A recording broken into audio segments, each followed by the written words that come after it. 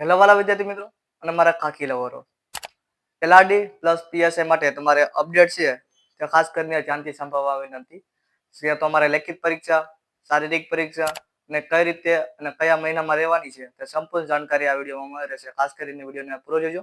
Video પસંદ આવે તો વિડીયોને લાઈક કરી અને તમારા મિત્ર કે ફેમિલી મેમ્બરને શેર કરી દેજો. તો શરૂ કરીએ વિડીયો. તો વિદ્યાર્થી મિત્રો, અહીંયા તમે જોઈ રહ્યા છો તો તમારે જે શારીરિક પરીક્ષા અને લેખિત પરીક્ષાનું જે છે તે સંપૂર્ણ છે આ પત્રમાં એટલે કે આપણે યુઝમાં આવ્યું છે, જેમાં પીએસઆઈ અને એલઆરડીની 13,591 જગ્યા માટે રાજ્યભરમાંથી 14,28,000 ફોર્મ છે તે ભરાયા છે. ટૂંકમાં વાત કરતા અહીંયા જોઈ રહ્યા છો તમે તો પીએસઆઈ એલઆરડીની જે ફોર્મ ભરવાની પ્રક્રિયા છે તે 3 ડિસેમ્બરથી શરૂ થઈ હતી ઓનલાઈન અરજી, અને 23 ડિસેમ્બર રાત્રે 11:30 વાગે એટલે કે 12 વાગે પૂર્ણ થઈ હતી.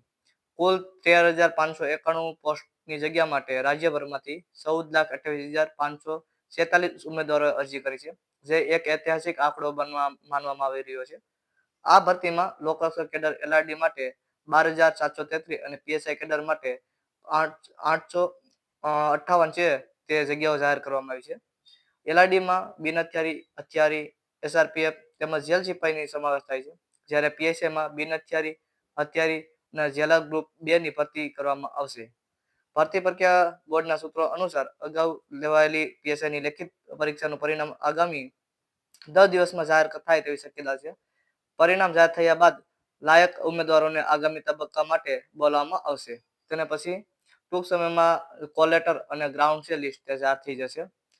તેને પછીની નાયબ મુખ્યમંત્રી અને ગૃહ મુખ્યમંત્રી હર્ષ સંઘવી લોકરક્ષક દળના પસંદગી પત્ર અને કાર્યમાં જણાવ્યું છે. જાન્યુઆરી અંતમાં પીએસઆઈ અને એલઆરડી બંને કેડર માટેની ફિઝિકલ ટેસ્ટ, ગ્રાઉન્ડ ટેસ્ટ જાન્યુઆરી 2023ના ત્રીજા સપ્તાહથી શરૂ થશે.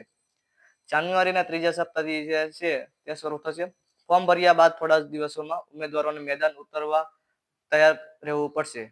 ભરતી બોર્ડ ટૂંક સમયમાં કોલ લેટર, ગ્રાઉન્ડનું સ્થળ અને તારીખ અંગેની સત્તાવાર નોટિફિકેશન જે છે તે જાહેર કરશે. સામાન્ય જનરલ કેટેગરીના ઉમેદવારો અરજી કન્ફર્મ કરી છે કે પરંતુ હજી સુધી ફી ભરેલ નથી તેવા ઉમેદવારોને તાત્કાલિક ઓનલાઈન ફી ભરવાની ગુજરાત પોલીસ બોર્ડ દ્વારા સૂચના આપવામાં આવી છે. ફી ભરવાના છેલ્લા તારીખ 26 ડિસેમ્બર 2025 રાત્રિની જે છે તે હતી.